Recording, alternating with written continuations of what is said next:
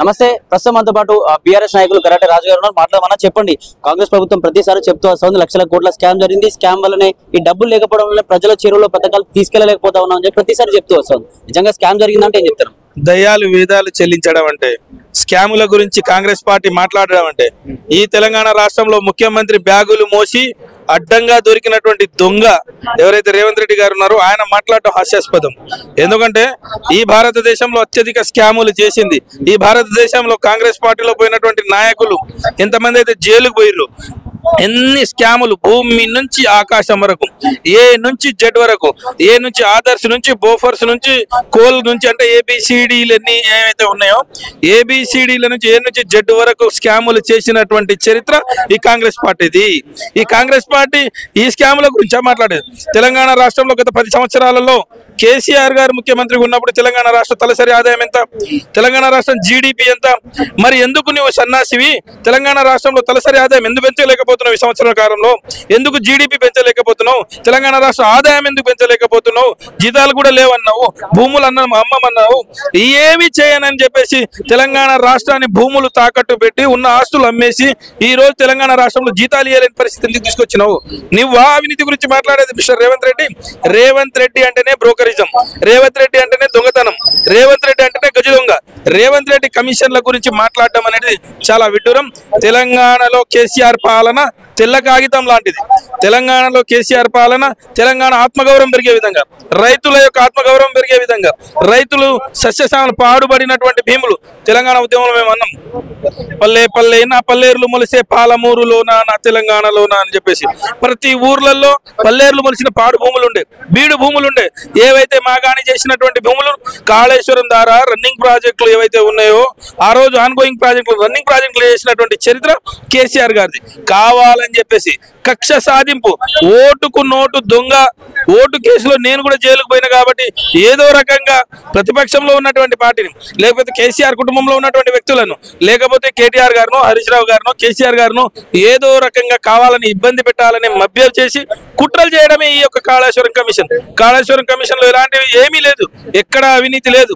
మొన్న PPT power point presentation ఇచ్చారు హరీష్ రావు గారు. దాంట్లో భారతదేశంలో ఉన్నటువంటి అన్ని ప్రాజెక్టుల గురించి సమగ్రంగా చాలా గొప్పగా చెప్పారు. ఎక్కడ కూడా ఎస్కలేషన్ ఛార్జెస్ కానీ, ఎక్కడ ఎస్టిమేషన్ కానీ, ఎక్కడ కూడా దానికి సంబంధించినటువంటి రెట్టింపు ఒక్కొక్క ప్రాజెక్టుకు 10ల సార్లు 100ల సార్లు ఎస్టిమేషన్ పెరిగినటువంటి చరిత్ర మనం చూసినాం. కానీ కాళేశ్వరంలో 0.5% పెరిగి పూర్తి చేసి 25 లక్షలు, దాదాపు 25 లక్షల ఎకరాలకు నీళ్లు మాగాణిగా చేసినటువంటి చరిత్ర ఇదైతే.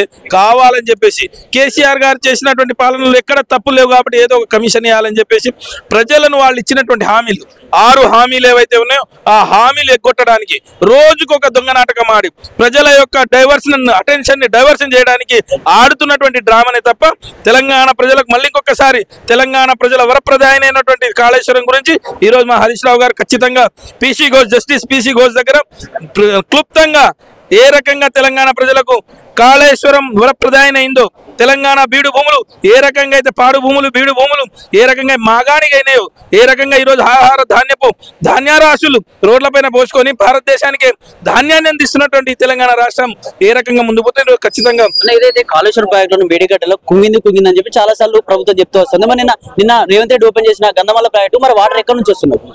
గంధమల్ల అదే ఆయనకు సిగ్గుండాలి. గంధమల్ల కానీ ఇక్కడ హైదరాబాద్ మూసీకి కానీ లేకపోతే ఇంకెక్కడ మొత్తం వాటర్ కూడా కాళేశ్వరం నుంచే గంధమల్లకి ఆయన చెప్పమను, లేకపోతే ఆయన పనికిరాని ఏది ఉత్తమ మాటలు మాట్లాడే ఉత్తమ్ కుమార్ రెడ్డికి చెప్పమను గంధమల్లకి నీళ్ళకి ఏడు తెలుసు, లేకపోతే నీటిపైన అవగాహన లేనటువంటి రేవంత్ రెడ్డి గారికి మాట్లాడమని చెప్పొచ్చు. ఎక్కడ గోదావరి ఉంది, ఎక్కడ కృష్ణ ఉంది, ఎక్కడ బేసిన్ ఉంది, ఎక్కడ వరద జలాలు ఉన్నాయి, ఎక్కడ బ్యాక్ వాటర్ ఉన్నాయి, రేవంత్ రెడ్డి గారికి చెప్పమని చెప్పండి. రేవంత్ రెడ్డి గారికి అలాంటివి ఏమీ లేవు. ఎక్కడ బ్యాగులు కనిపిస్తాయి, ఎక్కడ దొంగతనం చేయాలి, ఎక్కడ బ్యాగులో మూటలు మోయాలనేది ఆ ధ్యాస తప్ప తెలంగాణ ప్రజలకు అభివృద్ధి చేయాలి, కొత్త ప్రాజెక్టులు కట్టాలి, కొత్త ఇరిగేషన్ లిఫ్ట్ ఇరిగేషన్లు పెట్టాలి, కొత్తవి పెట్టి తెలంగాణ ప్రజలకు రైతులకు నీళ్ళు ఇవ్వాలనే ధ్యాస లేదు. ఇవన్నీ కూడా తూతూ మంత్రంగా కాలయాపన చేసి వాళ్ళు ఇచ్చినటువంటి హామీలను ప్రజలు మర్చే విధంగా ప్రయత్నం చేస్తున్నారు. తెలంగాణ ప్రజల చేతిలో సావు ఖచ్చితంగా రాజకీయంగా చావు పడుతుంది. ప్రజాక్షేత్రంలో ఖచ్చితంగా ఆయన కర్రుగాల్చి వాత పెడతారు. ఇక ఆయన రాజకీయ పాలన సమాధి కాబోతుందని చెప్పేసి తెలియజేస్తా ఉన్నాం. కాళేశ్వరం ప్రాజెక్టును ఒకప్పుడు కాంగ్రెస్ పార్టీ కావచ్చు, కేంద్ర ప్రభుత్వంగా ఉన్నది, ఇది కూడా స్వాగతించింది. అటు రాహుల్ గాంధీ కావచ్చు, రేవంత్ రెడ్డి కావచ్చు, అందరూ కోమటిరెడ్డి వెంకటరెడ్డి స్వాగతించారు. ఇప్పుడు ఎందుకు వాళ్ళే మళ్ళీ వ్యతిరేకించాల్సి వస్తుంది? ఇది రేవంత్ రెడ్డి గారి పర్సనల్ గట్స్. రేవంత్ రెడ్డి ఎందుకంటే పార్లమెంట్ లో ఇదే ఉత్తమ్ కుమార్ రెడ్డి గారు ప్రశ్న అడిగితే కాళేశ్వరం పైన ఏమైనా అవినీతి జరిగిందా అని అడిగితే లేదు అని సాక్షాత్ పార్లమెంటు సమాధానం చెప్పింది. ఎక్కడైతే లోకాయుక్త అక్కడ ఉన్న కేంద్రంలో పెద్ద పెద్ద మంత్రులు నితిన్ గడ్కరీ లాంటి వాళ్ళు వచ్చి భారతదేశంలో ఒక గొప్ప ఇంజనీరింగ్ మార్వెల్ అని చెప్పేసి కాళేశ్వరం గురించి పొగిడిపోతా ఉంటే ఏదో 2 పిల్లర్లు కులిమినాయి. శ్రీశైలం కట్టినప్పుడు పిల్లర్లు కుంగినాయి, నాగార్జున సాగర్ డ్యామ్ కట్టినప్పుడు కూలినాయి, నువ్వు ఏదైతే సబర్మతి కట్టినావో నెక్స్ట్ డేనే కూలింది. మరి దానికి రిపేర్ చేసుకున్నటువంటి వ్యవస్థ ఉంది. 100 టీఎంసీల నీళ్లు తీసుకుని ఒక పెద్ద ప్రాజెక్టులు నీవు దాంట్లో 2 పిల్లర్లు కుంగితే దాన్ని రిపేర్ చేసుకునేది పోయి దానికి ఎండబెట్టి తన రాజకీయ గురువు అయినటువంటి అక్కడ ఉన్నటువంటి 2 కళ్ళ సిద్ధాంతి అయినటువంటి చంద్రబాబు నాయుడుకు నీ యొక్క బహుమతి తెలంగాణ ప్రజల గొంతుపైన, రైతులపైన గొంతుపైన కత్తి పెట్టి మా నీళ్లు ఈ రోజు ఆంధ్రప్రదేశ్ తరలిస్తానికి కుట్రబంతున్నాం అని చెప్పేసి హెచ్చరిస్తా ఉన్నాం. అంటే రాష్ట్ర వ్యాప్తంగా, తెలంగాణ రాష్ట్ర వ్యాప్తంగా పెద్ద ఎత్తున సంచలనాత్మక సృష్టించిన అంశం కాళేశ్వరంలో నిజంగా లక్షల కోట్ల స్కామ్ జరిగిందని చెప్పి ప్రజలు కూడా నమ్మించే ప్రయత్నం చేసి ప్రజలు కూడా చాలా మంది నమ్ముతా ఉన్నారు. మరి నిజంగా స్కామ్ జరిగిందని అంటే ఏం చెప్తారు? ఇలా స్కామ్ అనేది అది కాంగ్రెస్ పార్టీ స్కామ్ బీఆర్ఎస్ పార్టీకి తెలియదు. కాంగ్రెస్ అంటేనే స్కామ్ గ్రెస్, వాళ్ళు చేస్తే ఏదైనా జరుగుతుంది. కానీ బీఆర్ఎస్ పార్టీకి తెలంగాణ పట్ల ఒక కమిట్మెంట్ ఉంటుంది. ఈ తెలంగాణ కొట్లాడి తెచ్చుకున్నటువంటి తెలంగాణ ఇలా సస్యశ్యామలం కావాలి, ఇలా పచ్చబడాలి అని అంటే ఈ కాళేశ్వరం లాంటి ప్రాజెక్ట్ తీసుకొచ్చి ఇలా రైతుల్లో, తెలంగాణ ప్రజల్లో ఒక గొప్ప జీవితాన్ని ప్రసాదించాలన్నటువంటి ఒక కమిట్మెంట్ తో పనిచేసినటువంటి పార్టీ గతంలో బీఆర్ఎస్ ప్రభుత్వం. మరి అట్లాంటి ప్రభుత్వం స్కీమ్ గా ఏంటంటే ప్రజల జీవితాలను మలిచేటువంటి స్కీమ్ గా పోయింది తప్ప ఈ స్కాములు తెలియదు టీఆర్ఎస్ పార్టీకి. ఇలా అయినా వీళ్ళు ఇట్లాంటి అవినీతి ప్రచారం చేస్తా ఉన్నారంటే నిజంగా కూడా కోడిగుడ్డు మీద ఈకెలు వీకే ప్రయత్నం చేస్తా ఉన్నారు. ఎందుకంటే ఇలా రేవంత్ రెడ్డి గారి మామ మొన్న ఏదో ఇంటర్వ్యూలో చూస్తాం, ఏమన్నారు, అసలు 96,000 కోట్ల అభివృద్ధి ఖర్చు అవుతా ఉంటే 1,00,000 కోట్లు అవుతుంది అంటారు. అదెట్లా సాధ్యం అని చెప్పేసి వాళ్ళ సొంత పిల్లనిచ్చిన మామ కూడా ఆయన తప్పుపట్టే ప్రయత్నం జరిగింది. అంటే లాస్ట్ కు రేవంత్ రెడ్డి కుటుంబ సభ్యులు కూడా ఒప్పుకునేటువంటి పరిస్థితి, ఇలా ఆయన యొక్క పరిపాలనను ఒప్పుకునేటువంటి పరిస్థితి. రేవంత్ రెడ్డి పక్కకు ఉన్నటువంటి మంత్రులు, ఎమ్మెల్యేలు అందరూ కూడా అపహాస్యం చేసే పరిస్థితి.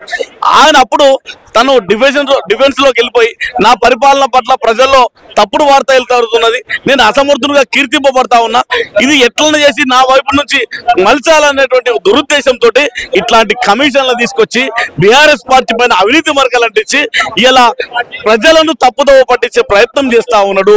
అంతకంటే మించి ఎలాంటి అవినీతి జరగలేదు. ఇలా తెలంగాణ ప్రజల కోసమే కాళేశ్వరం కట్టిరు. కాళేశ్వరం యావత్ ప్రపంచం కీర్తిస్తా ఉన్నది కాళేశ్వరం గొప్పతనాన్ని. కాబట్టి ప్రజలు అనుకుంటా ఉన్నారు బీఆర్ఎస్ పార్టీకి అండగా ఉంటామని, కానీ ఇలా కాంగ్రెస్ పార్టీ అనుకుంటా ఉన్నది మరకలేసి పాలన కొనసాగిద్దామని చెప్పేసి. కానీ అంతకు మించి ఏం లేదు. ఏదైతే కాళేశ్వరం విషయంలో వీడిగడ్డ కుంగిందని చెప్పి చాలా సార్లు కూడా ప్రచారం చేస్తూ వస్తున్నారు కాంగ్రెస్ పార్టీ. నిజంగా కుంగితే ఏదైతే గంధమల ప్రాజెక్ట్ ఓపెన్ చేయడం జరిగింది అందులోకి వాటర్ ఎలా వస్తాయి? మరి నిజంగా అది కుంగిపోతే వాస్తవం. ఇప్పుడు మీరు మంచి ప్రశ్న చేశారు. ఇలా కాళేశ్వరం ప్రాజెక్టు కుంగిదే అన్నారు. ఓకే, ఒక 2 పిల్లలు పడిపోతే లేకపోతే సర్ది చేసుకోవడము, గతంలో ఎన్నో ప్రాజెక్టులు జరిగినాయి. ఇలా దేశంలో కాళేశ్వరం ప్రాజెక్టు ఒక్కటే లేదు, ఇలా మన దేశంలో అనేకమైనటువంటి బహుళ ప్రాజెక్టులు కూడా ఉన్నాయి. అట్లాంటి ఎత్తిపోతల ప్రాజెక్టులు కూడా చాలా ఉన్నాయి. మరి ఏ ప్రాజెక్టులు జరగండి ఈ ప్రాజెక్టులు జరిగింది అనేది ఏం లేదు. ఇలా మేడిగడ్డనే కుంగిపోతే మరి అత్యధిక వరద వచ్చినటువంటి ప్రాంతం కూడా మొన్ననే జరిగింది. మరి దాన్ని తట్టుకొని నిలబడ్డదంటే కరెక్ట్ అన్నట్టే కదా. దాని నుంచే మీరు చెప్పినట్టుగా దాని నుంచే మరి ఇలా అటు కిందికి సునీల గారి అన్నారం కానీ, లేకపోతే అనంత్ సార్ ప్రాజెక్టు కానీ, రంగనాయక్ సార్ కానీ, మల్లన్న సార్ కానీ, లాస్ట్ కు ఆయన కొబ్బరికాయ కొట్టినటువంటి గన్నమల్ల ప్రాజెక్టు నీళ్లు రావాలన్నా కాళేశ్వరం ప్రాజెక్టు నుంచే రావాలి. మరి అది కుంగిపోయి అది కూలిపోయినటువంటి ప్రాజెక్ట్ అయితే మరి ఈ నీళ్ళు ఎట్లా ఇలా లాస్ట్ కి చివరిగా హైదరాబాద్ కు త్రాగునీరు కోసం కోసం కూడా ఒక కొత్త పథకాన్ని రూపొందిస్తా ఉన్నారు. అది కూడా కాళేశ్వరం నీళ్లతోటే ప్లాన్ చేస్తా ఉన్నది ఇలా జిహెచ్ఎంసీ. మరి ఇంత చేస్తా ఉన్నది అంటే కాళేశ్వరం ప్రాజెక్టు నిజంగా సక్సెస్ఫుల్ ప్రాజెక్టు.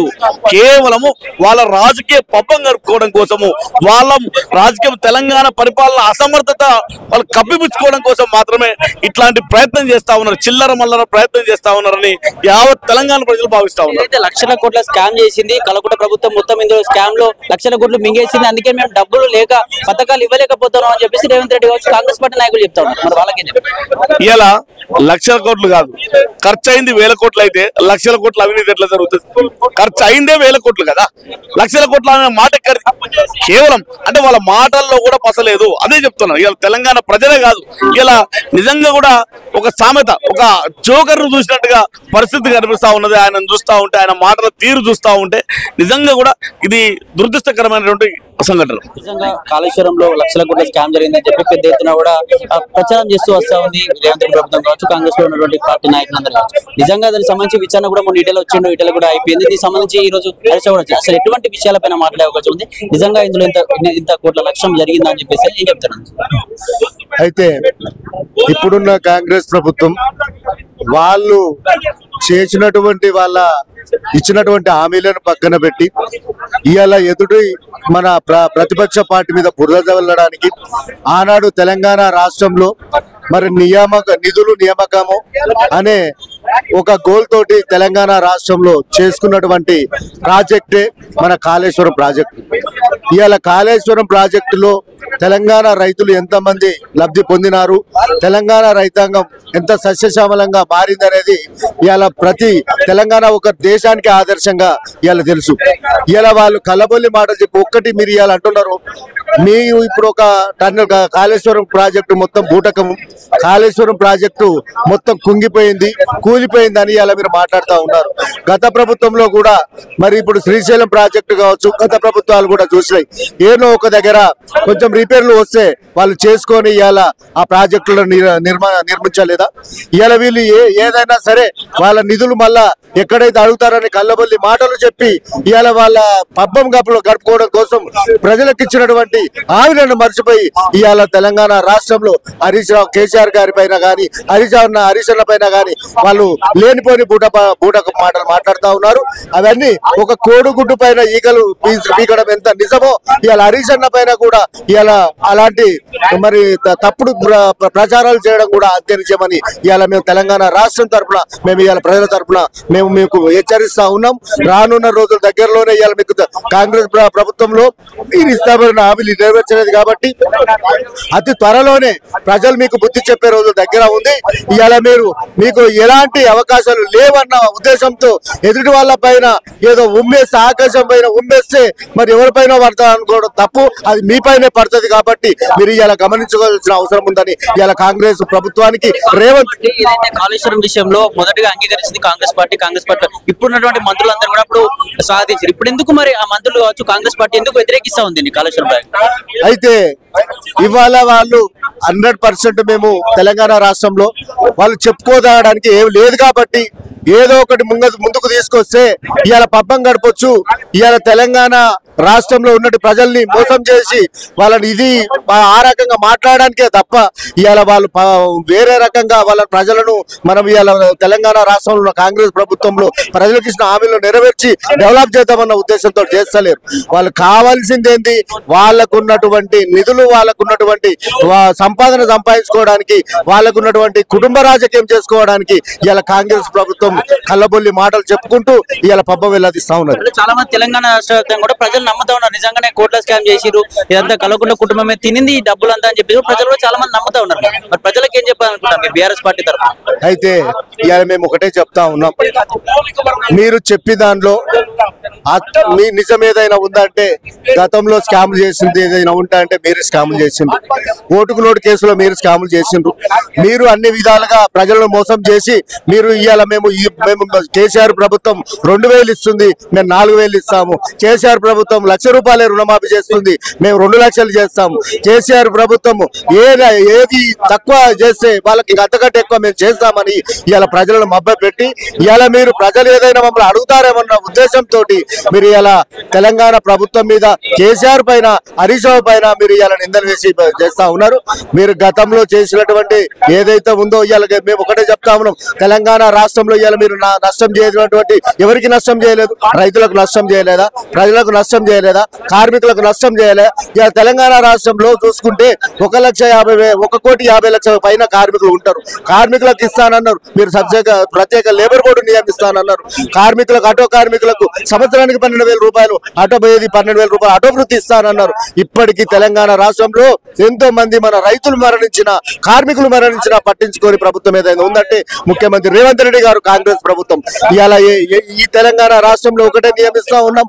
ప్రతి ఒక్కరికి ఈ ఆలోచన పరంగా ప్రతి ఒక్కరికి అర్థమైపోయింది కాంగ్రెస్ ప్రభుత్వం అంటే ఏంది, ఎవరికి రేవంత్ రెడ్డి అంటే ఏంది అనేది తెలిసిపోయింది. కాబట్టి వాళ్ళు రేపు వాళ్ళని నమ్మే స్థితి లేదు. కాబట్టి ఇవాళ వాళ్ళు పబ్బం గడుపుకుంటూ ప్రజలను మోసం చేస్తా ఉన్నారు. రానున్న రోజుల్లో ప్రజలే మీకు బుద్ధి చెప్తారని ఇవాళ మేము ప్రజల తరఫున హెచ్చరిస్తా ఉన్నాం, కార్మికుల తరఫున హెచ్చరిస్తా ఉన్నాం.